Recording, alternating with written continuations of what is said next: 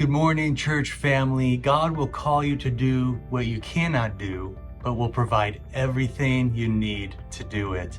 Noah didn't have the power to get all those animals into the ark, but the Lord provided what was necessary for it to happen. Joseph didn't have the ability to preserve his life and put himself in a position of power in Egypt, but the Lord made it happen.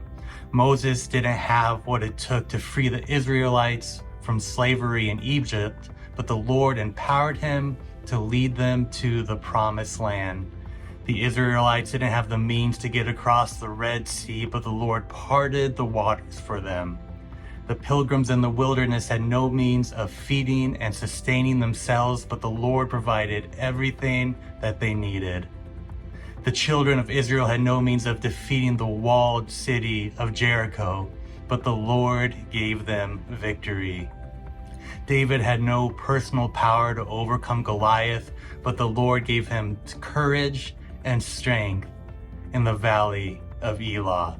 Shadrach, Meshach, and Abednego had no ability to keep themselves from burning up in that fiery furnace, but the Lord preserved their lives.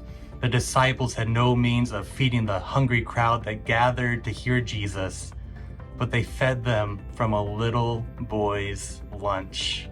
Paul had no ability to preserve himself and those that were with him from a shipwreck, but the Lord exercised his power so that none were lost. And lastly, the apostles had no ability to take the gospel of Jesus Christ to the known world, but the Lord gifted them and provided for them so that they could do so. You see, what 2 Peter 1:3 says is really true. We have been given everything we need for life and for godliness. The God who calls us to a radical way of new living meets us with radical empowerment.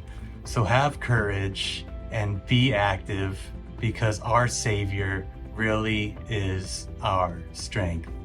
Have a great day, my friends. God bless.